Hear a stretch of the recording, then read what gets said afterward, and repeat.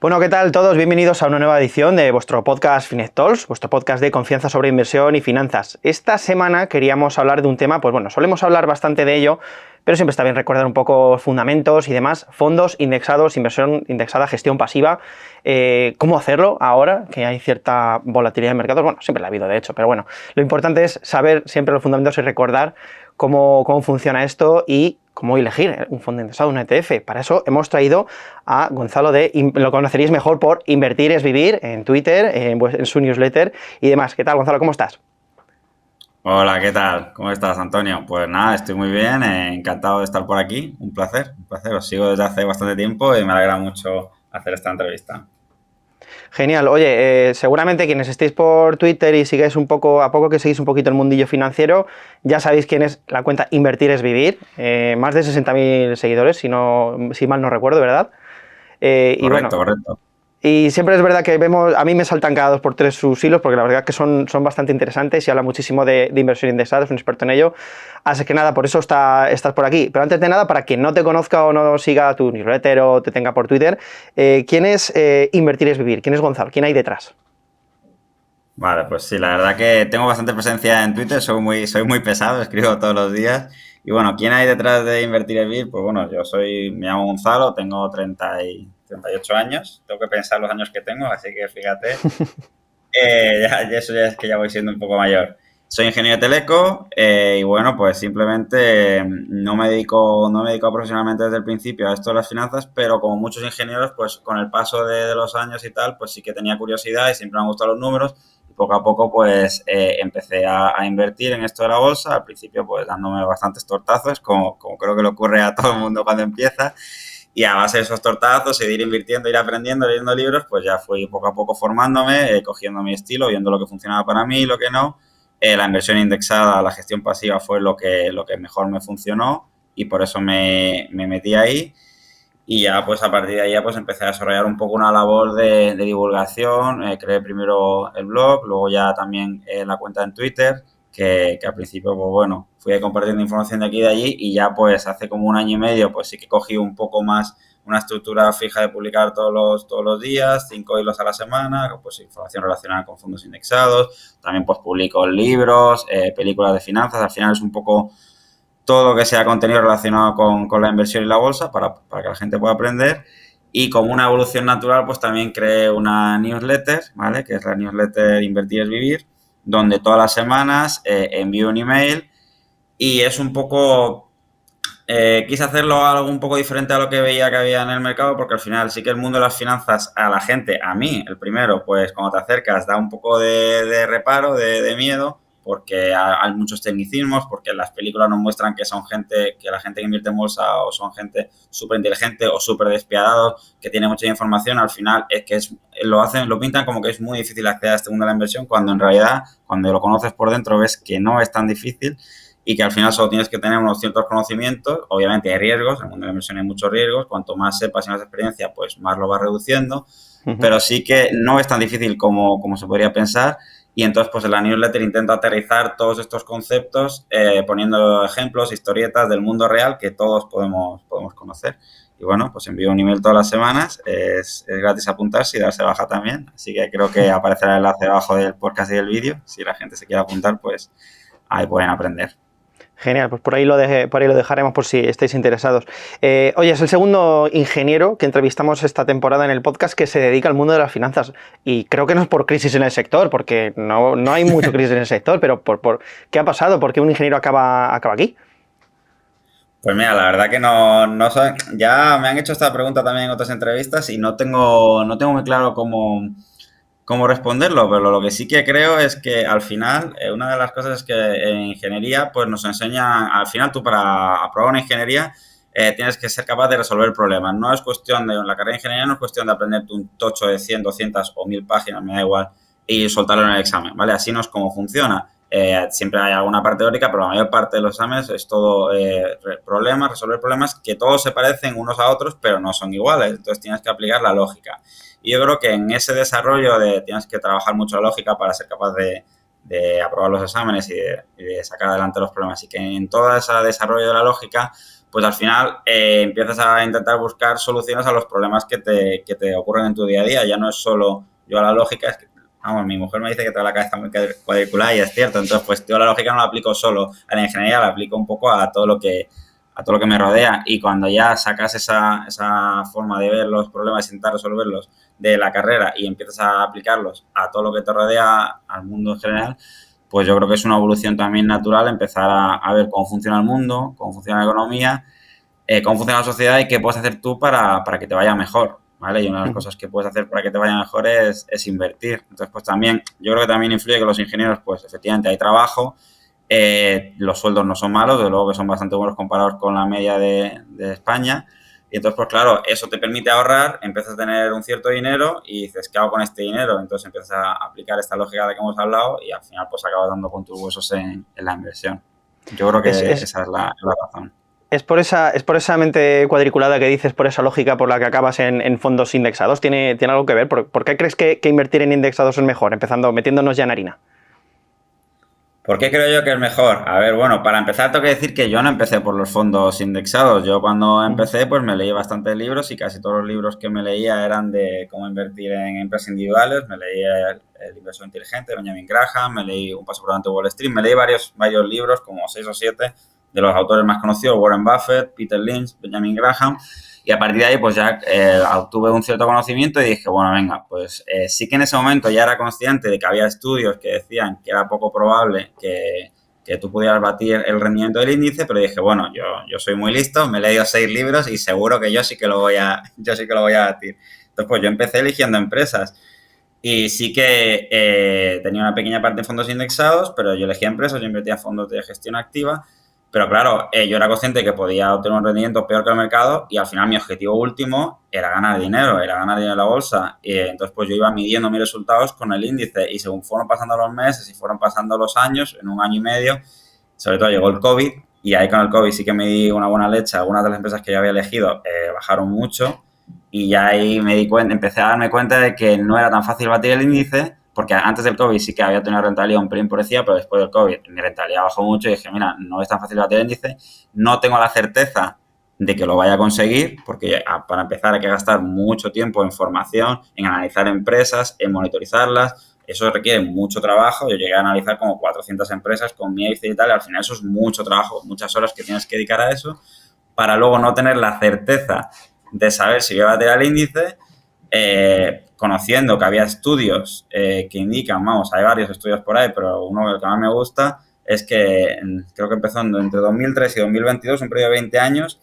solo el 5% de los fondos profesionales de gestión activa en Estados Unidos batieron al SP500. El 5% en 20 años. Entonces tú cuando ves ese estudio dices, pues es muy poco probable que cualquier persona, si los gestores de fondos profesionales que tienen herramientas, que tienen acceso a muchísima información, tienen analistas con años de experiencia, tienen todo tipo de recursos, no son capaces de batir al mercado, solo 5 de cada 100 son capaces de batir al mercado, pues es menos probable que lo consiga. Y de hecho, cuando lo experimenté por mis propias carnes, dije, mira, yo ya no quiero estar aquí perdiendo dinero, tiempo y esfuerzo, pero sobre todo dinero. Yo me paso a la gestión indexada porque al final mi objetivo es ganar dinero en la bolsa y eso es lo que quiero. Y ya pues fue en 2020 que empecé ya a pasarme a la gestión indexada, y 2021 prácticamente el 90% de mi cartera está en gestión indexada.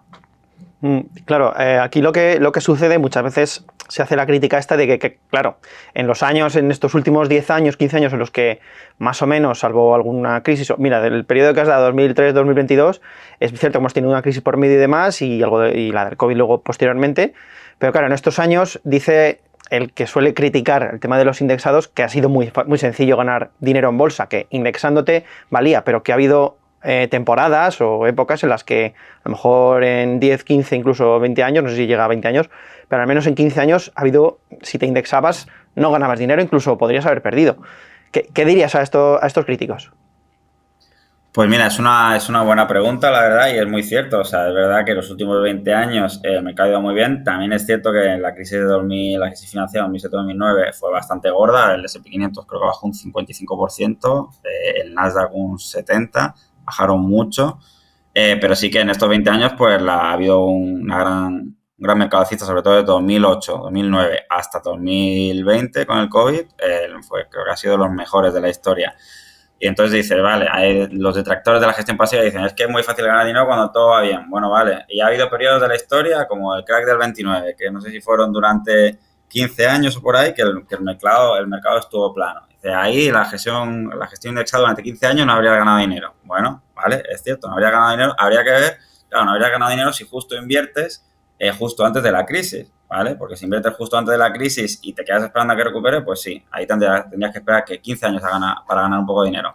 Pero si tú lo que estás haciendo es invertir todos los meses, pues no tendrías que esperar esos 15 años para haber ganado dinero. Mucho antes ya habrías recuperado porque habrías invertido en el punto justo antes de la crisis y luego habrías ido invirtiendo según iba bajando el valor del S&P 500 y luego entonces al final, si vas invirtiendo en todos los meses, habrías ganado dinero mucho antes. Pero incluso sin tener en cuenta eso, si decimos, venga, vale, no has invertido todos los meses, solo invertiste justo antes de la crisis, a mí me gustaría preguntarles a esos detractores también cuál es la probabilidad de que hubieras invertido en empresas que durante esos 15 años hubieran obtenido un rendimiento positivo, porque es verdad que el mercado como media, pues durante 15 años se mantuvo plano, pero al final el mercado, el índice S&P 500 es una representación de las 500 empresas más grandes del mercado y si el rendimiento del mercado se mantuvo plano es porque el rendimiento medio de esas empresas se mantuvo plano. Muchas empresas perdieron valor o algunas pocas lo ganaron y en conjunto pues se mantuvo plano. Y para que alguien lo hubiera hecho mejor que el mercado, volvemos a lo de siempre, pues tendrías que haber elegido las empresas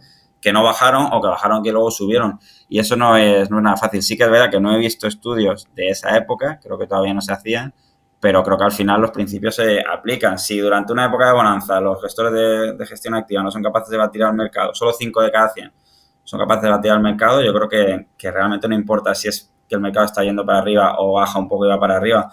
Al final, lo que eso representa es que es muy difícil batir al mercado, da igual el tipo de mercado que haya.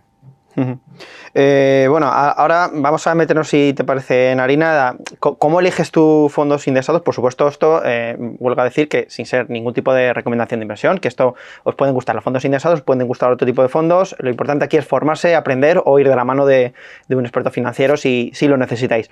Pero ¿cómo sueles elegir? ¿En qué te fijas más a la hora de elegir un fondo indexado? Porque, claro, a mí la que me sale principalmente, pues evidentemente es la comisión. Si estoy en indexados es porque quiero ahorrarme dinerillo en comisiones, pero habrá más cosas, ¿no? Supongo.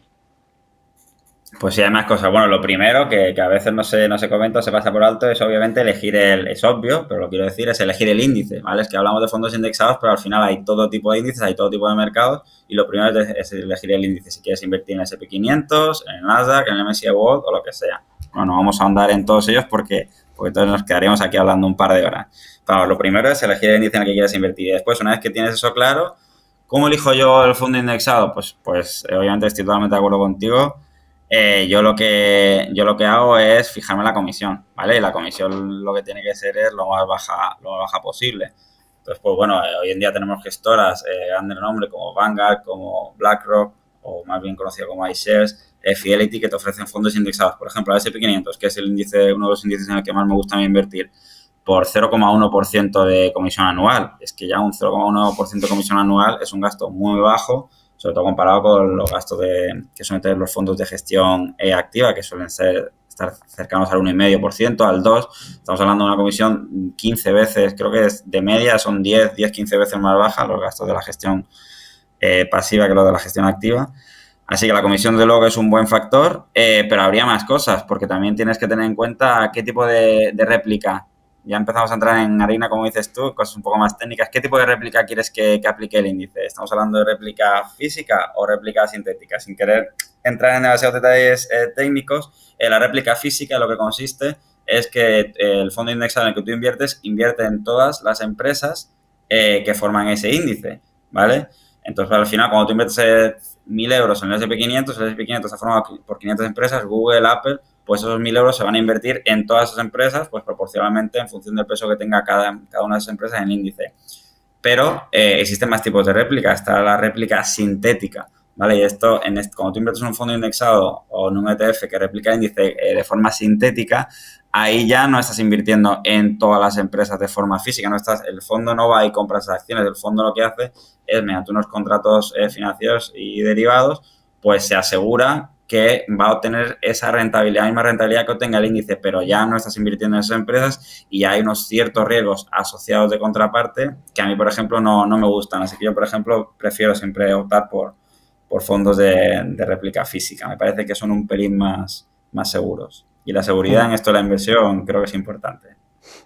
Oye, y más allá de la típica comisión de gestión, ¿hay algún otro coste que debamos echar un vistazo antes o...? Más allá de la comisión de gestión, pues hombre, sí. Los fondos indexados no suele existir mucho, pero también está la comisión de éxito, que es una comisión muy típica de los fondos de gestión activa, que es en plan de, pues mira, si el fondo tiene una rentabilidad positiva, pues se aplica este tipo de comisión y algunos fondos suelen tener como un 5 o un 10% y al final lo que hace fondos de gestión activa, no, al final lo que hace es que la rentabilidad en los años buenos que obtienes es peor y cuando baja, cuando tiene una rentabilidad negativa no se aplica porque el fondo ha tenido resultados negativos y cuando tiene una rentabilidad positiva se aplica y al final tú tienes una rentabilidad menor.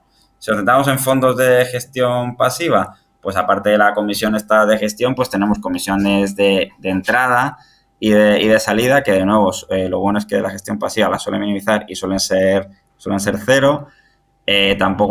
También tenemos comisión de depósito, ¿vale? Que eso sí que, esa ya más que el fondo, te la suele cobrar la plataforma, la suele gestionar la plataforma del intermediario a través del que tú contratas el fondo. Lo bueno es que hoy en día hay plataformas en España, como por ejemplo como MyInvestor, que no te cobran ningún tipo de comisión de custodia. Entonces tú puedes invertir a través de fondos indexados y ellos te los custodian, ellos te organizan y se encargan de que haya un banco custodio que custodia esos activos, pero no tienes que pagar por ese coste lo sumen pues MyInvestor. Entonces, pues sí que hay más comisiones y todas ellas hay que tenerlas en cuenta, desde luego. ¿En qué índices inviertes ahora mismo? Si puedes desgranarnos un pelín, o sea, ¿qué índices te gustan más ahora mismo o cómo los seleccionas? Porque yo hay veces que tengo muchas dudas y digo, vale, invierto en un global, pero ¿debería invertir en el global o debería bajarme más al barro e invertir en meterme en el S&P 500 y luego comprar otro de un lado y otro de otro? ¿Cómo lo haces? Es verdad que esto de los fondos indexados, cuando te empiezas a meter al principio dices, invierto en un fondo indexado, como has dicho tú, es una estrategia muy sencilla, ¿no? Y es verdad que es una estrategia muy sencilla, pero dentro de lo sencilla que es, hay una gran complejidad porque hay todo tipo de mercados. Al final, un fondo indexado lo que hace es replicar un índice y hay todo tipo. Un índice es un mercado, pero un mercado puede ser el mercado de Estados Unidos, las 500 empresas más grandes de Estados Unidos, pueden ser el MSCI World, que son 1.500 empresas de 23 países desarrollados del mundo, puede ser mercados emergentes, que son países que están en vía de desarrollo, y luego no solo países, también puede ser Europa, continentes, pero ya luego puedes bajar más al barro, como dices tú, y ya no solo invertir en un país entero, sino en un sector, ¿vale? Puedes invertir en el sector de la energía, puedes invertir en un sector tecnológico, hay todo tipo de mercados y la verdad que una vez que te pones a analizar, te puede llegar a echar humo a la cabeza y dices, ¿cómo invierto yo? ¿En qué debo invertir? Yo personalmente donde invierto todo mi dinero es en la bolsa de Estados Unidos, es la que más conozco. En gran parte es porque los autores a los que leí eran autores estadounidenses, ellos invertían en la bolsa de Estados Unidos, entonces pues claro, yo también aprendí de ellos. Es la bolsa que más he estudiado, el índice S&P 500, la verdad que me lo conozco muy bien, me he estudiado sus 150 años de historia, rentabilidades, la máxima subida que ha tenido, las máximas bajadas, cómo es probable es que suban en 10 años, en 5, en 15... Y entonces, pues es algo que bueno, al final está basado en las 500 empresas más grandes de Estados Unidos. Y si tú piensas que la economía de Estados Unidos, las empresas de Estados Unidos van a seguir siendo capaces de aumentar sus beneficios y de ganar cada vez más dinero en los próximos 30, 40 años o 10, según el horizonte temporal que tú inviertas, de la misma forma que han sido capaces de hacerlo los últimos 150 años, porque por ejemplo el S&P 500, pues obviamente ha tenido una rentabilidad anualizada en los últimos 150 años, creo que es del 9%, de los últimos 100, en el último siglo, del 10%. ¿Vale? Obviamente, estamos hablando de rentabilidades anualizadas. Esto no quiere decir que todos los años ha tenido un 10%, no. Unos años ha subido un 20%, otros años ha bajado un 30%, otros años ha subido un 40%, y algo de 100 años, si tú coges toda la rentabilidad total y la anualizas, pues sería un 10% anualizado. Pero ha habido grandes bajadas y ha habido grandes subidas. Pero claro, si tú te fijas en esa rentabilidad y si tú crees que las empresas de Estados Unidos lo van a seguir haciendo bien, pues puedes invertir en S&P 500. Yo invierto gran parte de mi dinero, que es como un 30% en el S&P 500, 30-40, y el restante 60% lo invierto en el Nasdaq 100, que es otro índice que sigue a la bolsa de Estados Unidos, que comparte muchas empresas con el S&P 500, pero que es ya, podríamos decir que tiene un nivel de riesgo un poco más alto, porque está formado sobre todo por empresas tecnológicas, empresas de gran crecimiento.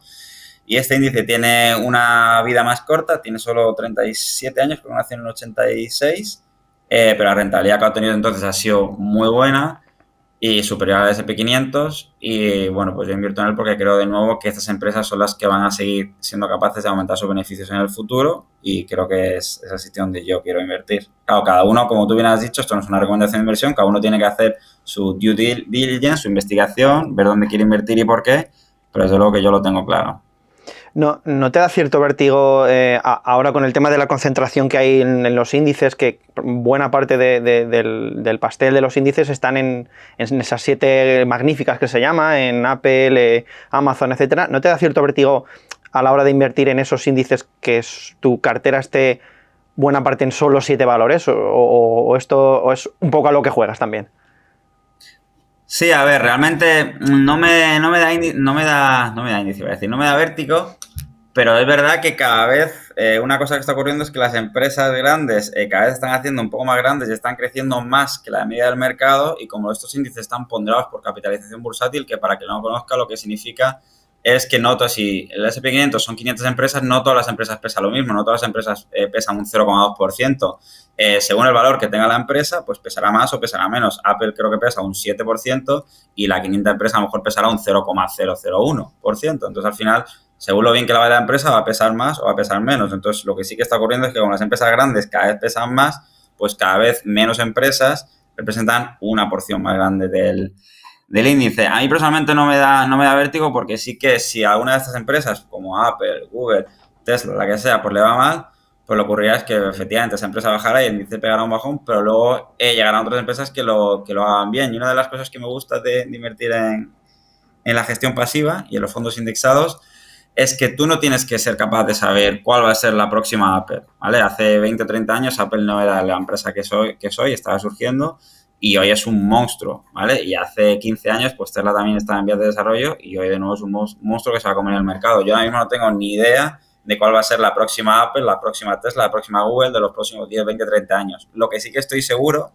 es de que si invierto en el S&P 500 o el Nasdaq, sea la empresa que sea, en cuanto empiece a despuntar y a ganar valor, va a entrar en el índice y yo voy a estar invirtiendo en ella. Y si es una competidora de Apple y se come a Apple, pues Apple irá bajando de valor, pero la otra empresa irá subiendo y al final yo voy a tener a las mejores empresas del futuro en mi cartera y sin tener que hacer nada más que invertir en ese índice. A mí eso me da una tranquilidad tremenda, la verdad. Por eso por eso me parece que la gestión pasiva es brillante. Es una forma brillante de invertir y muy sencilla. ¿Y qué opinas de los indexados estos que son ACWI, creo que se llaman, que son los que invierten como en todo el mundo a la vez, también en China y demás? Sí. O los globales en general, que aunque otros países los excluyen, Vanguard Global Stock o alguno de estos más. ¿Qué opinas de los globales al final? ¿No te da por ahí? Porque veo que tienes la cartera como muy enfocada a Estados Unidos, mucha confianza en Estados Unidos, pero de los globales, ¿qué opinión tienes? Tengo muy buena opinión. Una de las mejores formas de invertir en bolsa, si no quieres centrarte solo en Estados Unidos, por ejemplo, es el MSCI World, que es un índice global, son 1.500 empresas de 23 países desarrollados, o sea, contiene una gran parte de Estados Unidos, porque de nuevo está ponderado por capitalización bursátil y como las empresas de Estados Unidos son las más grandes, las que pesan más, pues tienen un gran peso, pero también tienes empresas de Europa, de Canadá, de otros países. ¿Vale? Son al final 23 países desarrollados. Y esa es una muy buena forma de invertir en bolsa, tener una parte en Estados Unidos, pero no jugártelo toda una carta. Si crees que a Estados Unidos, pues efectivamente no te gusta asumir ese riesgo o crees que puede haber algún tipo de crisis que afecte particularmente a Estados Unidos, pues puedes invertir en un fondo global que invierta en 20, en 30 países y así pues reduces un poco el riesgo geográfico, ¿no? Estás aumentando tu diversificación y reduces el riesgo geográfico. También es otra forma de reducir un poco el efecto divisa, porque al final, si por ejemplo estoy pensando en mi caso, yo invierto en euros, al invertir en Estados Unidos, las empresas de Estados Unidos cotizan en dólares. Entonces, pues yo la rentabilidad que obtengo es la rentabilidad del índice S&P 500 más la variación del euro-dólar, ¿vale? Si el dólar sube, pues mi cartera valdrá más en euros, pero si el dólar baja o el euro sube, ¿vale? En este caso, pues mi cartera va a valer menos. Cuando tú diversificas geográficamente y no inviertes solo en Estados Unidos, sino también pues en Europa o en otros países, pues estás reduciendo tu exposición al dólar, y eso es una forma de reducir el riesgo. Entonces, los fondos globales los veo bien. Me parece una buena opción para reducir el riesgo de geográfico, el riesgo de divisas, se reducen varios riesgos con esos. Pero yo personalmente, pues creo que al final también es una forma de reducir riesgos, pero también puede ser una forma de obtener una menor rentabilidad. El índice MSCI World ha tenido una menor rentabilidad, creo que en los últimos 30 años ha tenido como un 2-3% menos anualizado que el S&P 500. El S&P 500 ha tenido un 10, el MSCI World creo que ha sido un 7-8. ¿Por qué? Pues porque las otras bolsas del mundo, Europa y otros países, pues han crecido menos de lo que ha crecido la bolsa de Estados Unidos. Entonces, pues sí, está reduciendo el riesgo, pero también estás obteniendo una menor rentabilidad. Que esto no quiere decir que en el futuro Europa no lo pueda hacer mejor. Por supuesto, lo puede hacer mejor y es una estrategia válida invertir en ello.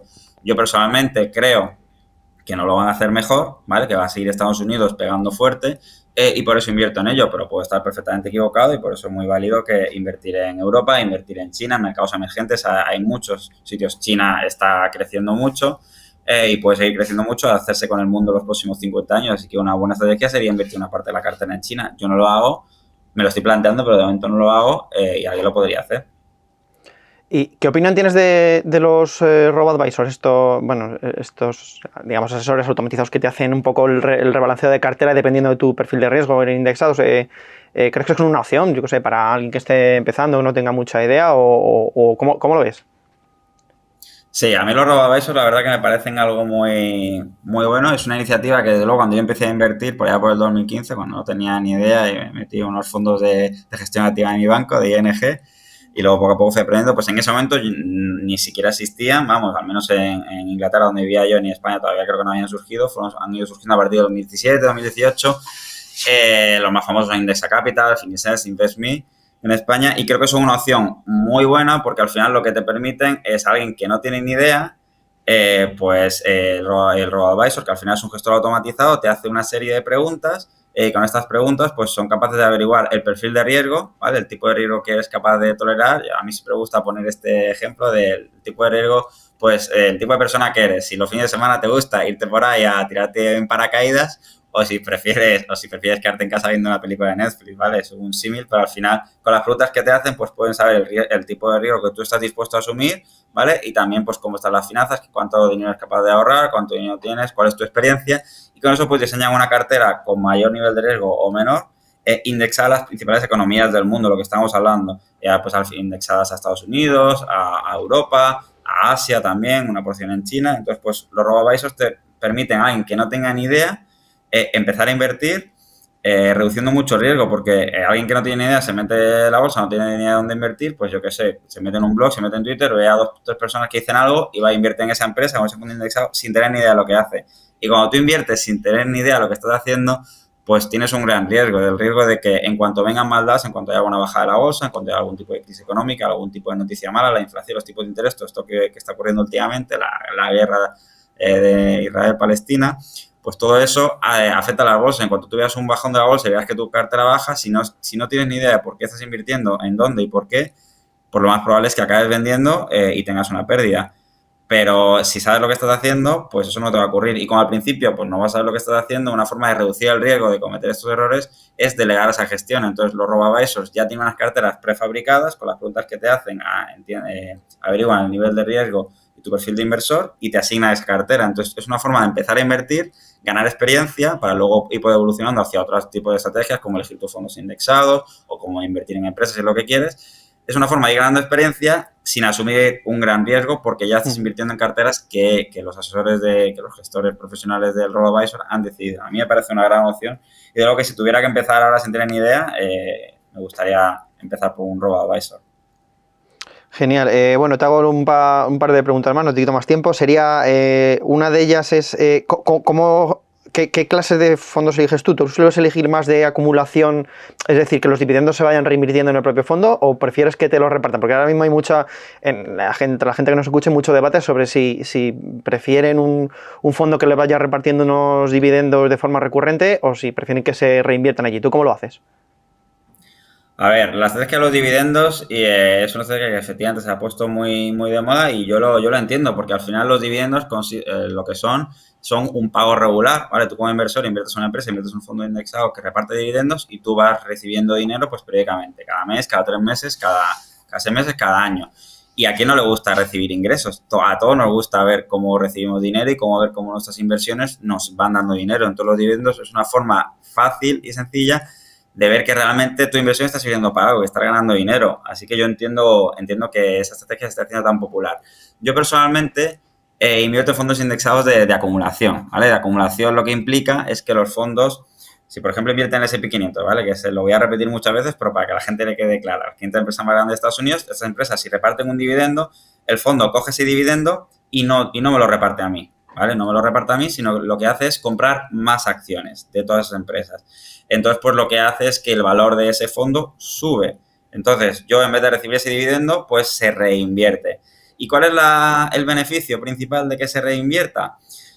Pues que no pagas impuestos, ¿vale? O al menos que retrasas el pago de impuestos. Porque cuando tú recibes un pago de impuestos, al menos en España, cuando tú recibes un pago de dividendos, al menos en España, en otros países también, pero dependerá de las reglas fiscales, pero aquí en España, pues tienes que pagar impuestos, ¿vale? Normalmente es un 19% en los primeros 6.000 euros. Entonces, si tú recibes un pago de 1.000 euros en dividendos, pues vas a tener que pagar 190 euros de impuesto en la declaración de la renta. Y de hecho, lo más normal es que te lo retenga la entidad, si es española. Pero si lo reinviertes, no. Si se reinvierten esos 1.000 euros, si tú los cobras en dividendos, 1.000 euros recibes 810. Pero si los reinviertes, esos 1.000 euros se reinvierten completamente esos 1.000 euros y ayudan a que el valor de tu cartera suba 1.000 euros y eso poco a poco pues va haciendo que el famoso interés compuesto crezca cada vez más y tu cartera crezca más rápidamente. Entonces yo personalmente mi objetivo es que mi cartera crezca lo suficiente como para darme una estabilidad financiera y poder al final dedicarme a lo que yo quiera o más que dedicarme a lo que yo quiera, porque ahora mismo la verdad que me gusta mi trabajo y me gustan mis proyectos financieros, es tener la seguridad de que si pierdo mi trabajo o si mi membresía pues deja de tener alumnos o lo que sea, si mis proyectos me quedo sin ingresos, pues puedo tirar de mis inversiones y no tengo que aceptar cualquier trabajo que no me guste, o puedo hacer frente a imprevistos, o puedo irme a vivir a la playa, como en mi caso, que hace un par de años me mudé al sur de España, Andalucía, a vivir en la playa con mi mujer, y son unas decisiones que yo puedo tomar porque tengo una tranquilidad financiera y tengo un patrimonio que sé que si vienen mal dadas, puedo vivir de ello.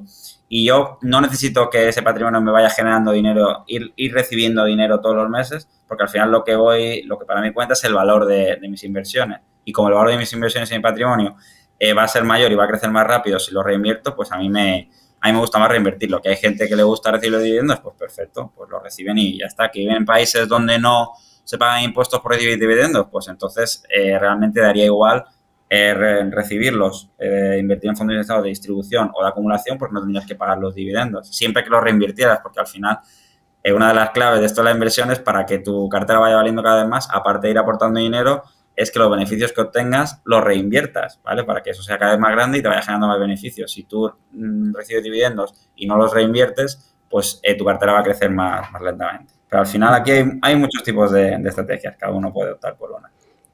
Genial. Oye, y la última que solemos hacer esta temporada, estamos haciéndola siempre al terminar el podcast. Si tuvieras que invertir en algo que creas que va a dar dentro de 10 años, va a seguirte dando una rentabilidad y habrás ganado dinero con ella, ¿qué sería exactamente? Si tuviera que invertir algo que no fueran fondos indexados o cómo. O yo mismo, algo lo que una opción que tú veas, puede ser fondos indexados mismamente. Me imagino que irán por ahí los tiros.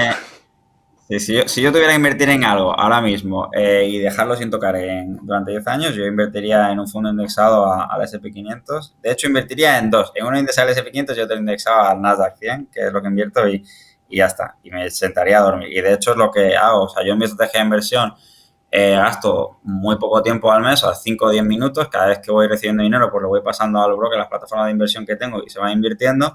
Y ese tiempo que no gasto en analizar empresas, en estar analizando tal, pues lo enfoco en tener una vida personal más plena, en pasar tiempo con mi mujer, en pasear a mi perro, que me gusta mucho, pues en ir al gimnasio, y también lo enfoco en tener más tiempo para pues desarrollar mis proyectos, escribir mi newsletter, hacer mi membresía, cada vez tiene más miembros. Eso me va haciendo ganar más dinero, que a su vez me hace ahorrar más, invertir más, y entonces pues al final yo cada vez voy teniendo más dinero y la bola se va haciendo cada vez más grande.